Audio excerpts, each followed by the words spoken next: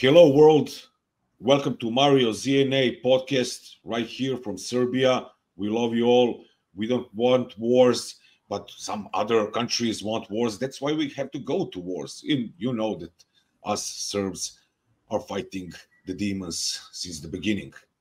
Also, we are not alone in this. There is a lot of countries, a lot of people, a lot of nationalities who are fighting the demons, same as us. So this is why I started doing this. I want to talk with the people from around the world and ask them, how do they fight global cabal? First guest in this episode is my dear friend of Serbs in Serbia, Facundo Seara, professor of history from Argentina. Facundo, welcome to the show, my friend. Hermano. Hvala puno, brate moj. How are you, Mario? It's nice to stay with you and to share in your podcast. I follow you, so I think it's going to be a really great talking with you, hermano. All the best, and Argentina, brate. Thank you very much. Gracias. Hermano Facundo, let's start with the first question. Every time when I sit with somebody who is dealing with history, I like to ask them, when we sit in kafana, when we drink rakia or eat pig, I like to ask them, what do you think, and this is a question for you, what do you think is the greatest lie in present time that history is teaching young children in past 100 years, for example? We should not go further, but what's the biggest lie in history for you, from your end? Oh, Dardanians. Suspect Dardanians for me. For sure that they are in the ranking of the one of the top 10 for sure. England as well. Here in Argentina we have a lot of confrontation with them, and it's really pissed me off how even though in my country people who are left-wingers or democratics or progressives, they are all the time blaming our country for the propaganda that England's the foreign office do against Argentinians. And if you saw the Balkans, man, it's really unbelievable how Dardanians are are spreading lies. It's crazy. For me, when I am in X, I took in a chill mood, and I am not a Serbian agent. Everyone think that, at least in Albania and in the province of Serbia, they think that I am a Russian agent. But for sure, I can't believe it. If I were a Serb, how do I feel? Listen this kind of propaganda and so on. So I think maybe in the Balkans, with this kind of lies, and in Argentina for sure that England's are spreading lies. Svaki dan, brate. Svaki dan. Yeah, so you want to say that Albanians basically are the biggest falsificators of history in the modern time? Or am I getting you right here? For sure, hermano. The other time I wrote that they reclaim that some Albanians are reclaiming Alexander the Great, like he was. It's like, I swear it by God. It's in my case, I take with laugh, but it's crazy. It's really crazy, and for sure that yes, hermano. Okay, but when it comes to global powers, global history, you're teaching history. Did you met with something? Did you find some fact, but not a fact to be exact? Did you find something that they are still propagating to the youth, to people, and that's not the truth? For sure, here in Argentina, how I tell you before, every progressive or naive, they try to be, sometimes with that civilization, the England civilization, and if you start to search, and you go, for example, to the Britannic Rajh, in the beginning of the 20th century, the first concentration camps, it was made from British people, you know, and it's crazy how they have, you know, this kind of authority, that kind of moral authority to claim that they are the defenders of human rights when they do that. And we look the sickness and you know how they handle the economic and the policy of all the countries that used to have to be, you know, between their power. You say it's really crazy because you know, at least Argentinians, we of course we liberate from Spain in 19th century, in the beginning of the 19th century. But then we start to get under the influence of British powers. And today, of course, they are not in the best time of the history. But when we broke with Spain, we get influence of them. And for sure, if you're trying to make a comparison between the Hispanic time and the England influence, you can find that for example, in Argentina, all the universities, the big house of study, they will create under the Habsburgs and then the Borbones, the House of Bourbons in Spain. Even though when we were getting freed of them, if you look all the England influence, it was nothing, brother. Only, you know, trying to handle our economy between their needs, you know, using the train and the railways to try to every economy of Argentina get fixed into their needs. And then, of course, we have really big governments in the 20th century that fought against them. And the first one was General Juan Domingo Peron. It was a nationalist movement. Of course, that they say that it's Nazi. You know, in Argentina, everything that goes against the concentrate powers are Nazis. Every government that wants to get rid of these powers are Nazis. But this is the same of propaganda. Even though a lot of people think that in Argentina came a lot of German, that is true. Even though a lot of Ustachas came to Argentina, but as well, you have, for example, one of the most biggest population of Jews living in Buenos Aires. You have a lot of Serbian people that came to Chaco, to Buenos Aires. It's much bigger the history, and if you start to look deep, you can look as well. A lot of Germans after the Second World War go to live to the States, and nobody said about that. You know, all the propaganda was Argentina because it was Peron. So that is really nice to put, you know, intention, because that is the kind of hegemonic situation that they want to follow that line. And if you go up of this line, you are, you know, kicked with this kind of metaphor. You are a Nazi, you are a fascist, and so on and so on and so on. You know? Yeah, and people propaganda doesn't know the differences between Nazism and fascism. They put it all together. Like nobody, like the people who least know the definition of Nazism and fascism, they're speaking to it. They are giving the names to the group of the people who are fighting for their country. We have it right now in United Kingdom, where people are painting the flags all over the country and being arrested for it, you know. So I think like what goes around comes around when you look at it, as we say here in Serbia.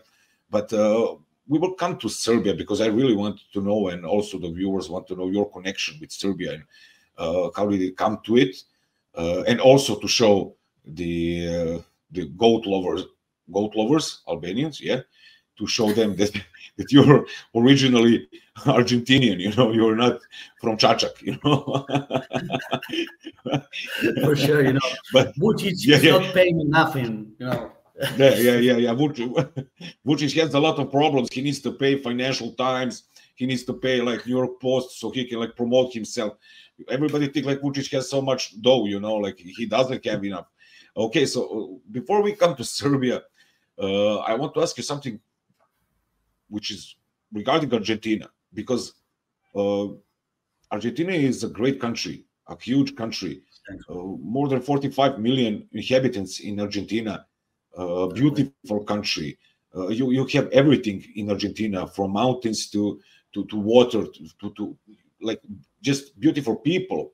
I know Serbians. I have part of my family is there, and I know people who are living there, and they're in love. They're in love in Argentina, even if sometimes it's tough. So my question is, we were presented in the world that Argentina is going to be saved with help from one man, and his name was and is still Havijer Mileji. So is Argentina doing better right now, or is it worse since Javier came to power with his chainsaw? Great country, great question you make to me. For sure that the situation with Havijer Mileji is really bad. The situation is not good at all. Our economy is not only depend of him, of course, but the situation when he arrived at power, it's getting worse because he's a puppet of Israel. It's nothing more like that. I never saw in my life, and if you study history of Argentina, look, a president who have all the geopolitics and all the politics he make in global stuff are writing for Israel. It's simple like that. He's not defending, even though the situation of Argentina or the needs of Argentinians. How you tell before, we never been involved in European wars, even the First World War, the Second World War. We are a peaceful country, you know, and that is, I think, is one politic that every government have to defend for sure. And well, Milei is involved in really bad situation. If you look, for example, the stuff with Iran and Israel. It's really bad. He's taking a side of a part of the side, and how I think we talked before of the record. If you look that, you can say maybe in the 70s, in the 80s, you know, when you have the Cold War, it was you know, some clever, you know, say, okay, I am in this side or I am in this one.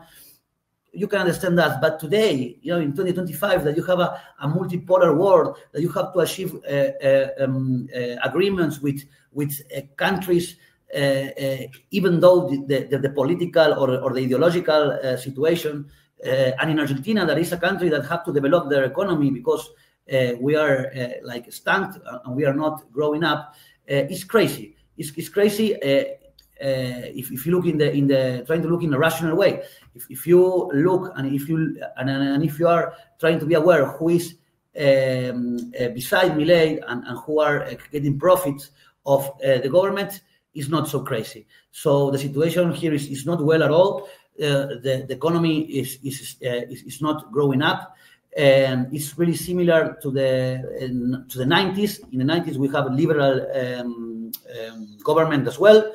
And then they sell all the public factories, and you know the private capital is getting bigger, and they are handling the situation. You have as well a lot of corruption success, and now today we in this year we have legislative elections.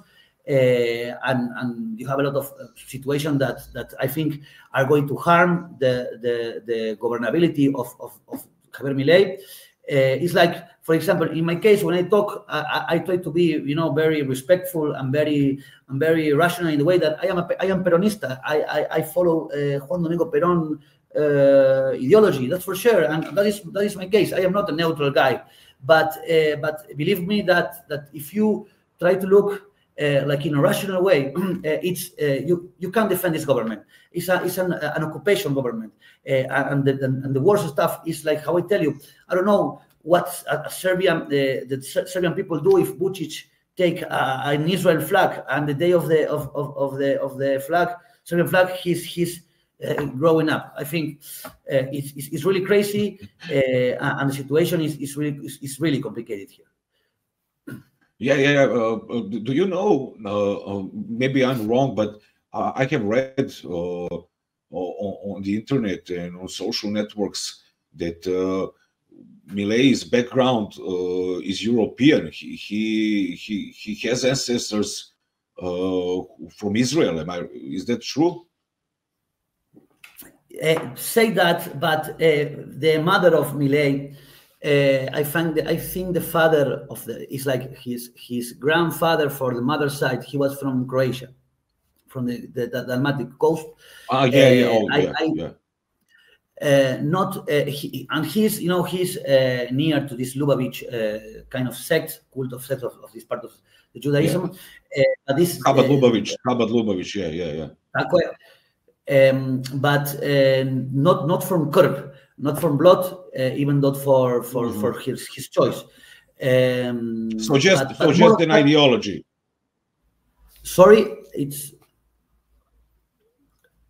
So he's not blood related, but ideology related with Chabad. Exactly. The cult, yeah. Exactly. Okay. Tell me, please. When it comes to Argentina, also when it comes to politics, you said that elections are coming soon. It's going to be really interesting to follow on it. But when it comes to Latin America, when it comes to South America, what's the situation there? Like, do you have some conflicts with some countries around Argentina, or what's the situation there? For sure that if you want to understand Latin America policy, it's not so simple that say, okay, this is a party from left, they are left wingers, they are right wingers, they are in the middle. It's more complicated. Even though our democracies, they are not so get consolidated like in Europe. If you look the history of my country, in the 20th century, we have 5 golpes de estados, when the militaries take the force, take the power to the force, and then create some kind of regime, authoritarian regime. And what happened in Argentina happened in all Latin America. For sure, the last governments we used to have with Cristina Kirchner, with Nestor Kirchner first, they have a lot of criticized from people, but they try to create some kind of friendships with the other countries that are in Latin America. And I think it's really good, because if you go to understand the history, you go to Mexico to Argentina, we have the same language, we have the similar with the same religion.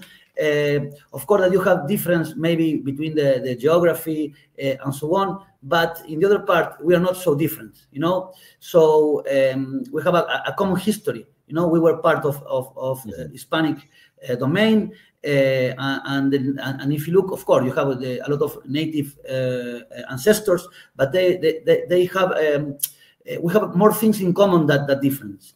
Even though, for example, so you have to always try to separate. One thing is the government, another thing is the people, is the narrow. But for example, when we have war with the Englands in 1982, Chileans, they were from the British side. They always trying to be like not their puppets, because they have a lot of government that they were nationalism, and the people from Chile is good as well. But for example, Peru, in that war, they help us. So maybe if you look like this, Argentina have a good connection with Peru. Of course, with Brazil, for example, we have a rivalry only in football, because the two peoples, we are really similar. Even we have another language, because when Tordesillas agreement, they came to the Portuguese side. But even though you go to South Brazil and you have a lot of Argentinians in the beach, it's like we have a good connection with them. Even though the local and if you look the history, even though the 19th century and in the first part of the 20th century, the governments try to create more like difference, to try to handle the power, the local power, and so on. San Martin, or Liberator, he have an idea of thinking in a big confederation, of all the states from Latin America.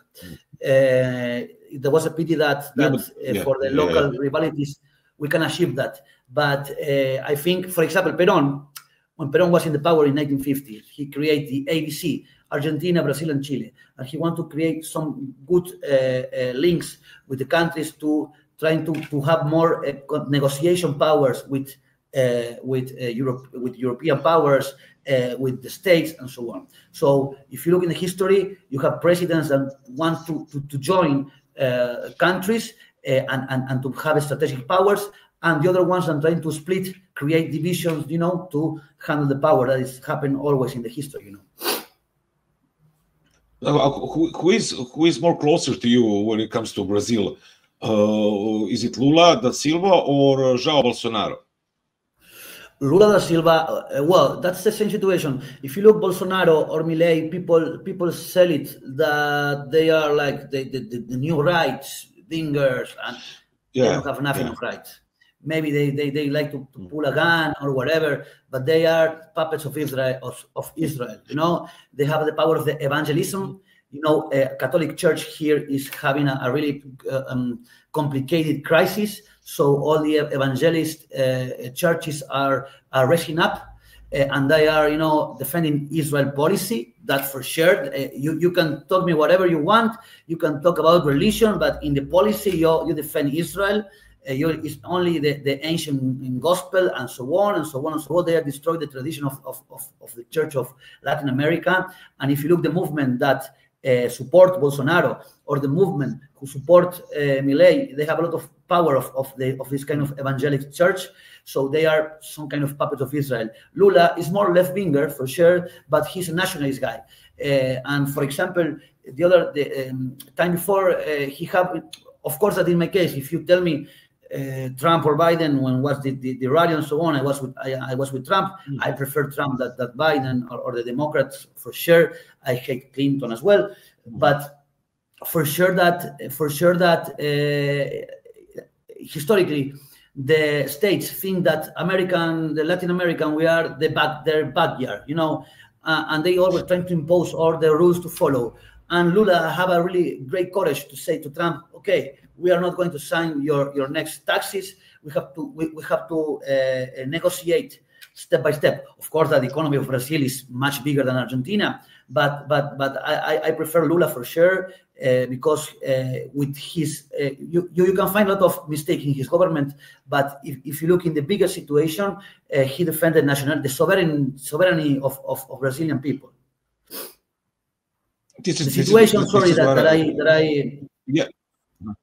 The one I want to tell you is that one mistake that all these nationalist movement you have, for example, Cristina Kirchner, that they came from roots of Peronismo, is that NGOs, Soros staff, and so on get involved in the structure of this nationalist movement.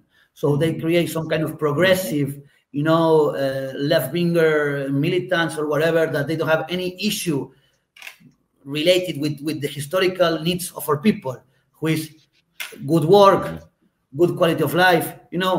The other thing of minorities is not complain to the nationalist one. I don't have any issue with minorities, but I say if you want to handle a country, you have to defend to good work, to good condition of living, and to give opportunities to people, at least in the Latin American countries.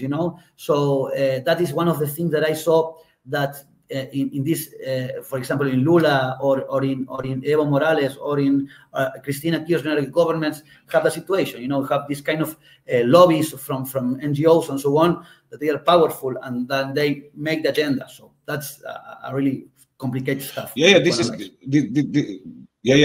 I understand. This is really interesting because, for example, Da Silva, he didn't leave BRICS, the economic organization of BRICS, but Havijer Mileji stopped Argentina from joining into the economic organization. It is not NATO. It is not about the war. It's about money, and he stopped it. So probably somebody told him, like, "Listen, Mileji, you have to get out." That's the situation. And if you look all the work that Cristina do, to be with a good relation with Putin, and trying, to handle with India as well, with some Africans, even not in BRICS, but some African government as well. And with the sign, you get rid of that. Is even though you have another ideology, it's really complicated, because when you start to look how you have to achieve this kind of agreements. It's not easy to achieve it, and get rid of only for ideology stuff. That is the situation. But in fact, normal people that they are not thinking in policy, or they don't give a shit about that. That's the main stuff. They are always say, okay, you are a Cuca, you are a Peronista, or you are a left winger, or you are a. It's crazy to talk, in a rational way on this stuff. Not put only the suit of your ideology. But for sure that is not a good at all, brother. Okay. I should come back to South America, because I have a few more questions, but let's come to Serbia for a little. Right now, as we are speaking, Serbia is playing Estonia against Estonia, like ex-Soviet Union country. We're playing basketball in Euro 2025, and before we started, we were kicking their asses like 30 points differences. I was asking my wife what's the score, but she is probably looking at some Mexican TV shows, and she doesn't know. But I will check on the internet. Yeah, we were kicking their asses, so I'm afraid that they're going to impose some sanctions on us. So please, Kaja Kallas and European Union, don't impose sanctions to Serbia, because we are kicking your asses everywhere, from the basketball court, tennis court, to war. But the question is for you: how did you get in so close to Serbia? What brought you so close to Serbia? I saw articles. You were a few times. You were here. How did it begin? Peva is Serbio. You know that. You have some things that is difficult to put in rational ways, but since I was Mali, since I was a kid, I always have like a connection, not only with Serbia, but even though with the Balkan stuff. I don't have any cultural things that mediate me, but I was thinking that was an interest behavior, and so on. And when I start to study, I really like cinematography. And one thing that I think that is for sure, that maybe happened when I talk with my Serbian friends, a lot of them love Maradona, and they say it's the first thing that they remember to Argentina. But one thing that always caught my attention was, Goran Paskaljevic, Emir Kusturica. I used to really like, all the 60s and 70s films of Serbia, Jelomir Jelnik, Aleksandar Sasa Petrovic, and so on. And I always, have this kind of connection, and that's the situation that maybe is crazy, because when you came to Argentina or to Latin America, you talk about Serbia and you talk about Rat, you talk about the war, you talk about the 90s, and I think you have to have the balls like this when a foreign came and said, what do you think about Slobodan Milosevic? What do you think about... Okay, that is an important thing in the history of Serbia, but the thing that called more my attention is that you have a lot of more to share. You were talking before, the sports, the culture, the cinematography, the writers. You can talk. I don't know, in a lot of cultures and stuff that Serbia have. And well, in 2018, it was my first trip. I was in Slovenia. I passed from Croatia, Bosnia, Serbia, Macedonia. It was Macedonia at the time, Greece, Bulgaria, Romania, and then I went to Central Europe, then to Germany and to France and to Italy. But, when I was there, my first time in Serbia, it was something that catch me. When I arrived to Belgrade, my first time in Belgrade was it was really strong, and the people that I met there was like really, friendly, but and that's the situation. It was different of the behavior that I met in the other part of the Balkans. And I start to think, we are really different, maybe in cultures, in tradition, in yesic, in idiomatic and so on. But when I start to, I think that we have this kind of two psycho regions have links that they are not going to that direction, to the rational direction, to the cultural direction. It's another thing that maybe it's different. It's different to put it, to share it. Maybe I'm a crazy guy. Maybe for sure I'm a Budala guy. But I think we are connected in that way. And I can tell you that when I was my second time there, and I have met more people there, talking and sharing, I have this kind of hypothesis, and for sure that. It was crazy for me, like a historian, and of course that I was involved in the 90s, because how I tell you, Serbia is not only war, but was like crazy for me when I want to go to Sarajevo and one, I really always love Gavrilo Princip, and I want to talk about them, and nobody trying to talk about them, to talk about him, or when I was, in Croatia, that everyone was talking about Franjo Tuđman, and you go to the Franjo Tuđman birth and Franjo Tuđman Turk and this and so on, and they are, and what I saw when I was in Serbia in that way, that I looked at Serbian people is more like more mature, in a certain way. I am not trying to talk about an issue that is really complicated. How I tell you, I'm very grateful to live in a country that we don't have war, even though we have the Malvinas war. It's difficult to talk, but when I saw this kind of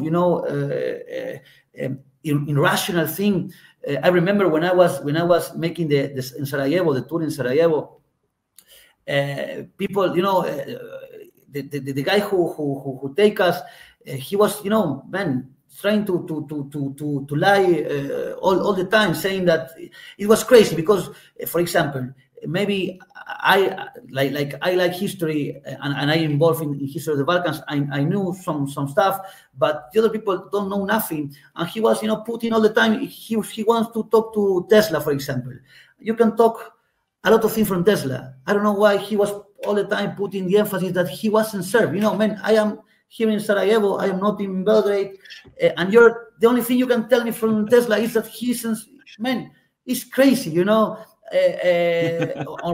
this kind of war museum that is propaganda museums. But even those in the National Museum of Sarajevo, brother, the National Museum, when I was in 2018, the main view, it was paid from the Embassy of the State. And if you look, the Embassy of the States and Saudi Arabia are the two biggest buildings in all the Balkans, in Sarajevo. So it's crazy. It's crazy about that,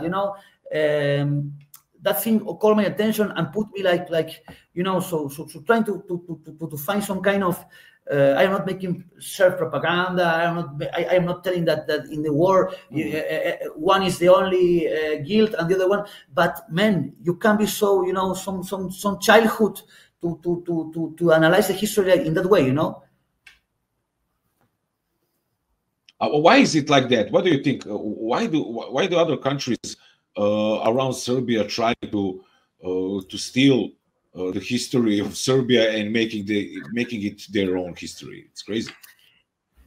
When you don't have history, or when you have less kind of, I think it's a thing that maybe when you need something, you have to take to another one. If you don't, if you can have your national heroes, maybe it's easier to take one another or try to blame. But for example, everyone knows that Tesla is Serb. He came from a Serbian family.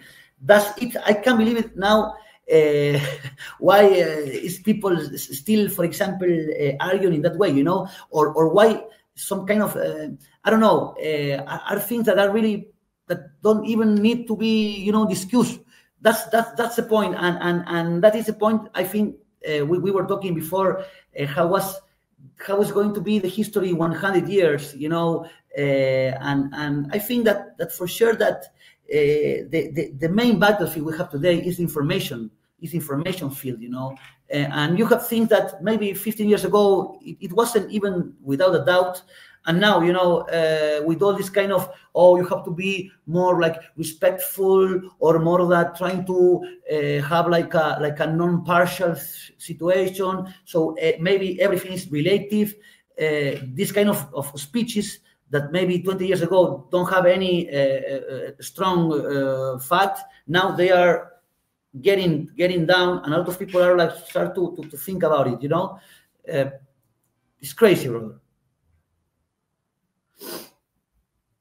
Yeah, but when you look to the history deeper, when it comes to Serbian culture, you can see, for example, that Albanians took Skanderbeg.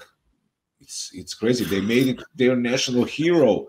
The Albanian national hero is a pure Serbian man, like, and that's crazy. And when it comes to Tesla, when it comes to Nikola Tesla, he was born in that day Croatia, but his family was murdered. There are no Teslas anymore. The Croatians killed all the Teslas. Nikola only survived. You know, and it's crazy. And they are now taking him away from Serbs, but they cannot do anything because, you know, even Wikipedia, CIA Wikipedia is, you know, showing the right stuff. But when you were in Serbia, what was the experience besides the experience that you told me right now? You know one thing that I am thinking about. Experiences that. When I'm hearing to you, it's like maybe Serbian people and similar in Argentina in that way that we are not complaining about our history. We are not crying about who we are. It's like, for example, in my life, and believe me that I have a lot of Serbian friends. When I was in Kragujevac, I was like more than 25 cities, you know, Serbia, all Vojvodina. I was, you know, Sremska Mitrovica, I was in Republike, but I never met a guy who say, "Oh, you know, I am really proud of Arkan. He's my hero." Not single one, brother. Not single one. That maybe you can analyze the war, you can analyze whatever you want, but you know, when I talk with a Serbian guy or Serbian woman or whatever, I noticed that. You're not creating or making noise about your history. You're not all the time like this kind of Israel mood, you know, that being all the time the victim of humanity. And maybe when you go to other countries, this is crazy, you know. I remember when I was in this kind of war museums in Bosnia and Herzegovina, it was but it was like disgusting. Okay, and it wasn't public, but say this is propaganda against Serbia, or you're going to talk about the war in the 90s, you know. It was propaganda, but false and bad propaganda, even though it wasn't good as well, you know. You say, okay, you're going to show me propaganda, at least making good, not even good propaganda. And maybe for me that situation is like it's happening. Maybe Serbian people have to cry more or trying to be more victim to people in the war. But I am not saying that. Of course, you know, I have the dignity is the first thing in the life. So like a lot of people, a lot of this kind of ex that say, "Oh, you are paying from budget." Man, I don't have any nothing. I do because I look it with my eyes. I have a big connection with Serbia and todo, you know. I don't need nothing. But the situation is that, Mario, you know. But you can also feel yourself, as you said it, that we are similar when it comes to culture and emotions. Argentina and Serbia, Argentinians and Serbs. That's probably because you, as people, as a nation, felt it on your own skin, you know. Also, we have a lot of influence from the British. Also, you had a lot of bad influence from the Brits. We have from the early ages, basically, since we became countries, somebody tried to mess up with us. Somebody tried to bring the politicians and make new governments. So maybe that's why you felt so close to Serbian culture, because we can really, I think that the whole world can think differently, but when it comes to Brits, I think that people can unite and say like they're fucking with everything, But yeah, please tell me more when it comes to Serbia. You also were involved in some sports activities, yeah, here in Serbia. You follow Red Star Belgrade. You're a fan of Crvenoj Zvezdi, yeah. For sure. Before I talk about that, I was listening to you carefully, and it's like that. Like you have this Serbian phrase, common phrases, protiv i oluje, against every contra viento y marea, like we say here, and against every empire that trying to dominate us. For sure, I have the same feeling, the same situation. And regarding your question, yes, I think the situation that get me more close to Crvenoj Zvezda was the first time that I went to see a match. I was in Novi Sad. I have a friend there living there, and I was with the T-shirt of my club that is called General Paz Junior. It's a hood team. We are playing the 4th division here in Argentina, but the T-shirt was black and like dark blue. And I was Briso Delia, and I was with a friend of Colombia. He was short one, more black, and so on. And came a guy. This kind of one Delia touched me, and he said, "You have to take your T-shirt away." And I said, well, I started to talk with him in a friendly mood. Dobro, brate, nema problema, nema ništa problema, brate. I will take off my T-shirt. We were talking. That was like in 2018. And when I was, talking with him in English, because my Serbian is not good, I can understand, but not to talk. The Spansko and Argentinians were maybe a little lazy with language and so on. But I was talking in English, and came a guy, he grabbed me here, and he started to tell me, "You fucking American pussy, get out from here, you fucking NATO." I said, "Brate, ya some Argentinians, no America, Maradona." And he told me, "Maradona, brate, Argentino, no." And he came and gave me a Sagrada Life, brate, in front of everyone. Was a crazy situation, My friend, he was like white for the, he was frightened to punch us, and was everything really nice, But even though, how I tell you, I really like Serbia as well. I want to see a Partizan match. I really like punk rock, and Grupa GNI is a really great band. I don't have this kind of issue between Grovari and Delia, because I have a really respect for Serbian people as well. But for sure that the last time in 2023 I went to, I don't remember the place right now, but I went to see too much of Crvenoj Zvezda. So even though, Paul, I have one of the T-shirts here, it's a replica of 1991. Oh, I used to have more. But when Kusturica came to play in Argentina, I give one of the T-shirt to one of the guys who was playing. It was a crazy thing. He said, "I am in Argentina," and came a guy from Argentina to give me a T-shirt of Crvenoj Zvezda. Was really crazy. But even though the sport, when I was in Serbia, I tried to recover a lot of cities. Belgrade have a deep feeling in me, because when I was there, I have this kind of connection. I was, involved with the Institute of Contemporary History in Belgrade, but I take the advantage and the possibility to went to see my friends, and then to meet and to travel to Banja Luka. That is a place that I have a great connection there. I have a lot of friends, even though the Banja Luka. I was in Prijedor, trying to recover all the area that they are really tough Serbian that are resisting there, and my wish. Man, you traveled. Hey, Facundo, you traveled, man. You traveled more than average Serbian, around Serbia and Republika Srpska. My ancestors, my grandparents are from that part, from Prijedor, and from that part of Republika Srpska. They came to Serbia, so that's my heritage there. Like maybe 7 kilometers, my grandmother's house from Gavrilo Princip's house. So it's that kind of blood. Yeah. This is why Austrians and Germans are afraid of us so much that, you know, when they see us like when they see the mustache, they think, you know, like Gavrilo has risen again. But just to ask you, what do you think, you know, right now when it comes to politics, which tomorrow will become history?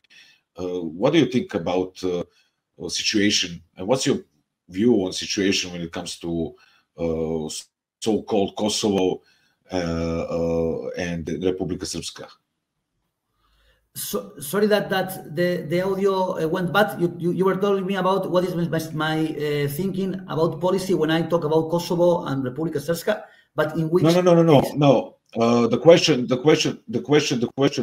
is, what do you think when it comes to West trying to create a country by taking the part of Serbia and calling it Kosovo, so-called Kosovo?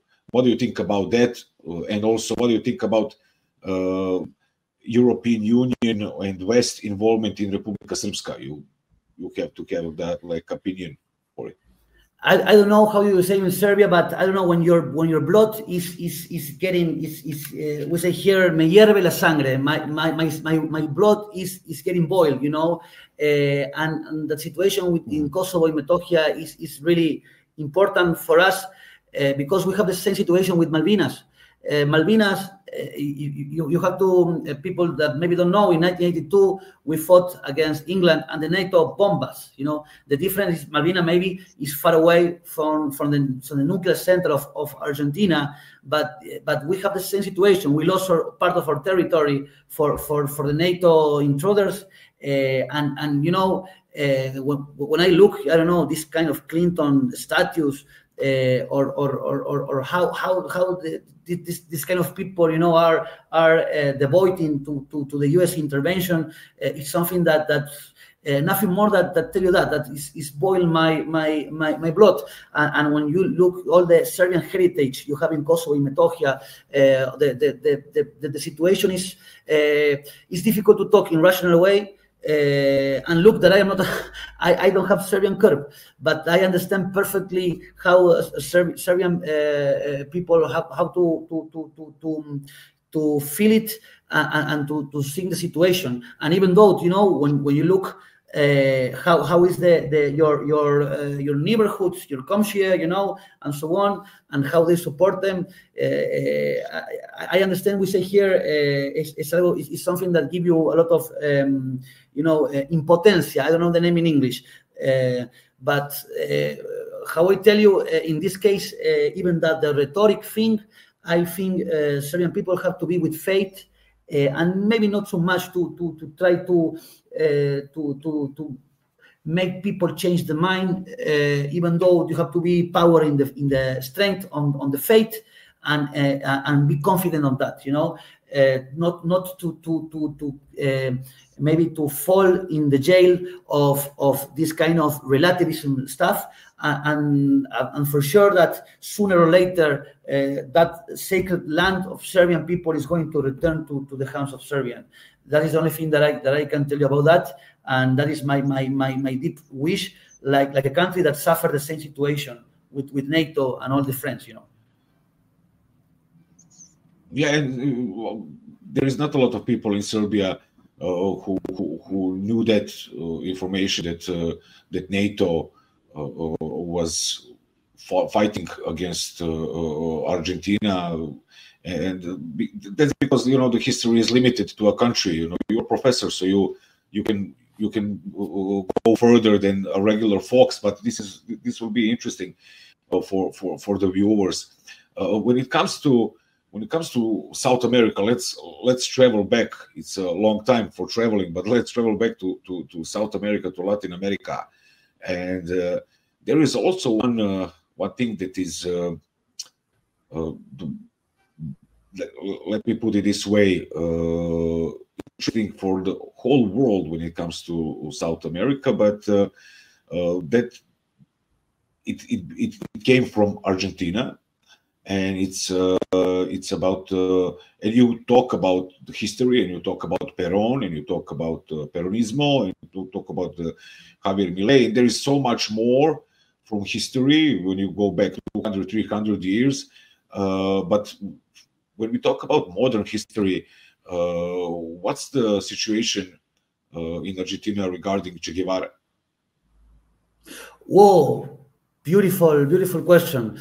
Ernesto Che Guevara is a figure, an icon that today it's not so important for Argentinians. You know, I remember when I was in Serbia, I find a lot of t-shirts, people wearing t-shirt of Che Guevara. Even in Novi Beograd, I was in a bar and you have the face of Che Guevara, and I was thinking that is some synthesis, and I will respond your question, but it's a synthesis of Serbian people, because when I was there, it was crazy for me. Everyone loved Maradona, everyone, brother, not Messi, Maradona, and that's for sure. It's not a time space, because maybe you're younger, you say Messi, but Maradona is the symbol against NATO, against, and that is a synthesis, you know, in the Marxism kind of, methodology, is the synthesis, you know, even though, because that was really funny for me, because, you know,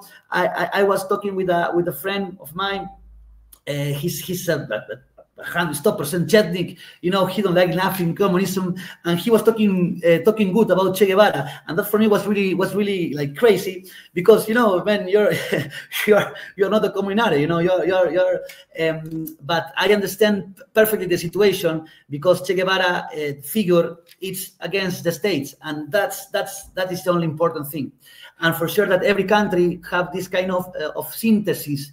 You don't have to have a doctorate, a PhD, you know, in politics to know that maybe if you don't understand the culture of another country, maybe this kind of this person, the enemy of my enemy is my friend. That is policy, and that was always been.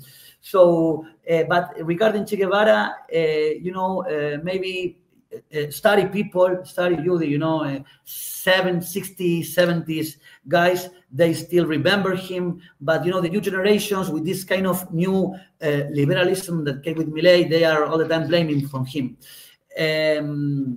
It's not a relevant. It's not a relevant image today with the younger generations. It's like maybe some kind of, I don't know, with the difference. Maybe like if you go to, you know, the ex-Yugoslavia and people say, okay, Josip Broz Tito and whatever, but with this kind of study Ljudi, the new generations, they don't pay importance to the image of Ernesto Che Guevara. Mm-hmm. Mm-hmm. But when it comes to this is also really popular in the world, and I didn't have any chance to talk to somebody yet from El Salvador, but I had a roommate when I was younger from El Salvador, and we talked together, and I asked her, like, what's the life there, and she said, like, oh, Mario, man, we cannot go outside of the house, man, like MS-13, MS-18, they're cutting off the heads. It was like 15 years ago. And now, since Bukele came to power, there has been a radical change. Like, do you follow up on it? How do Argentinians look at El Salvador right now? Great. That you know, all Central America have a really different develop of South America. You know, it's not the same. It's like I think before. Maybe we are the same in the history of the roots or Christianity, going the same language and so on. But sadly, for the central countries, you have a lot of inseguridad. You know, we have a lot of thieves in the streets. It's a thing that we have here in Argentina as well. It's sadly, but because we have this kind of unsafe situation. But, you know, in the central part of America, it was a really hard stuff, you know.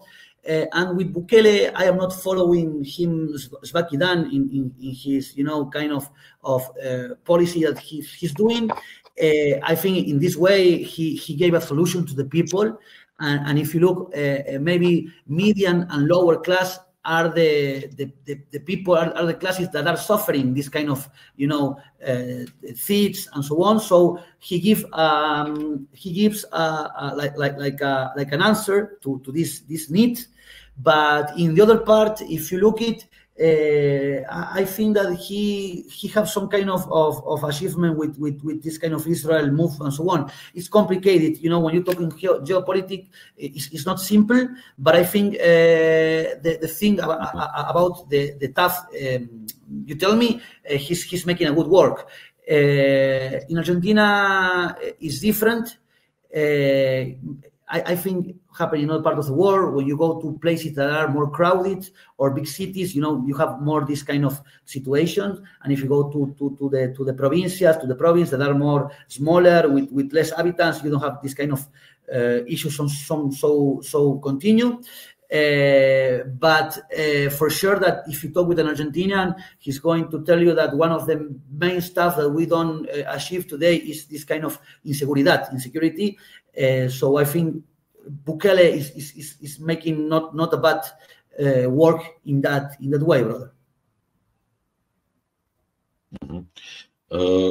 But let's jump back again to Serbia. This is a personal question for you. What you said that you were everywhere basically. You visited 25 cities. You saw a lot, but what is on your menu next time when you come? What do you want to see? What do you want to find out? Where do you want to go? So people from Serbia can hear you right now, and they know that you are going to come, so they can prepare yourself for your trip and maybe show you something. What did you miss during your trips, and what do you want to see next when you come here?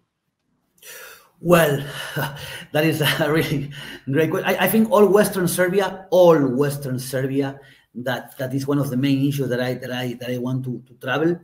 I am in that way, I am like a crazy historical guy as well, because when I travel, I at least the last time that I was in Serbia, I am not putting the effort in going so much in museums. I prefer go to Kafana, to talk with people, to go out to be in the street, in the ulica, to try to understand more the sociological stuff and trying to be with in this kind of living things. I remember in Sremska Mitrovica drinking some pivos with locals.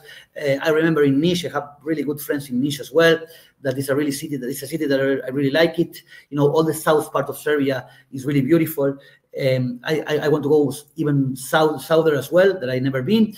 And for sure that Šumadija, I have a friend in Aranđelovac that I'm going to visit him as well.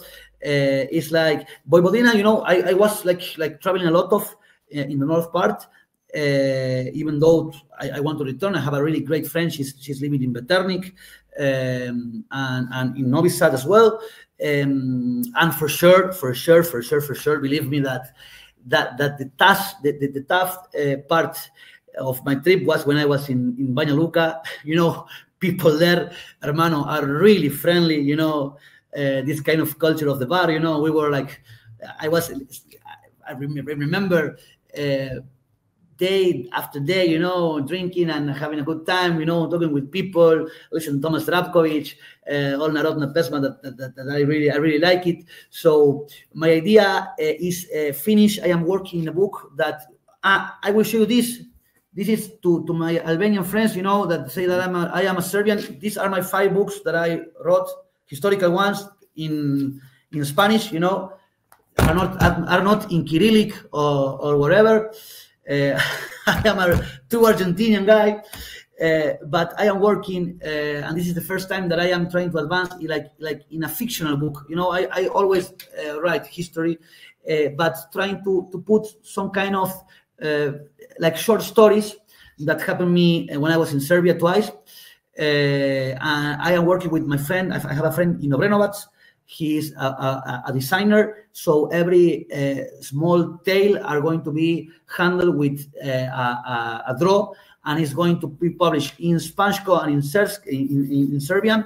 And my idea is finishing next year. So maybe if the book is ready, Next year, I will return to Serbia.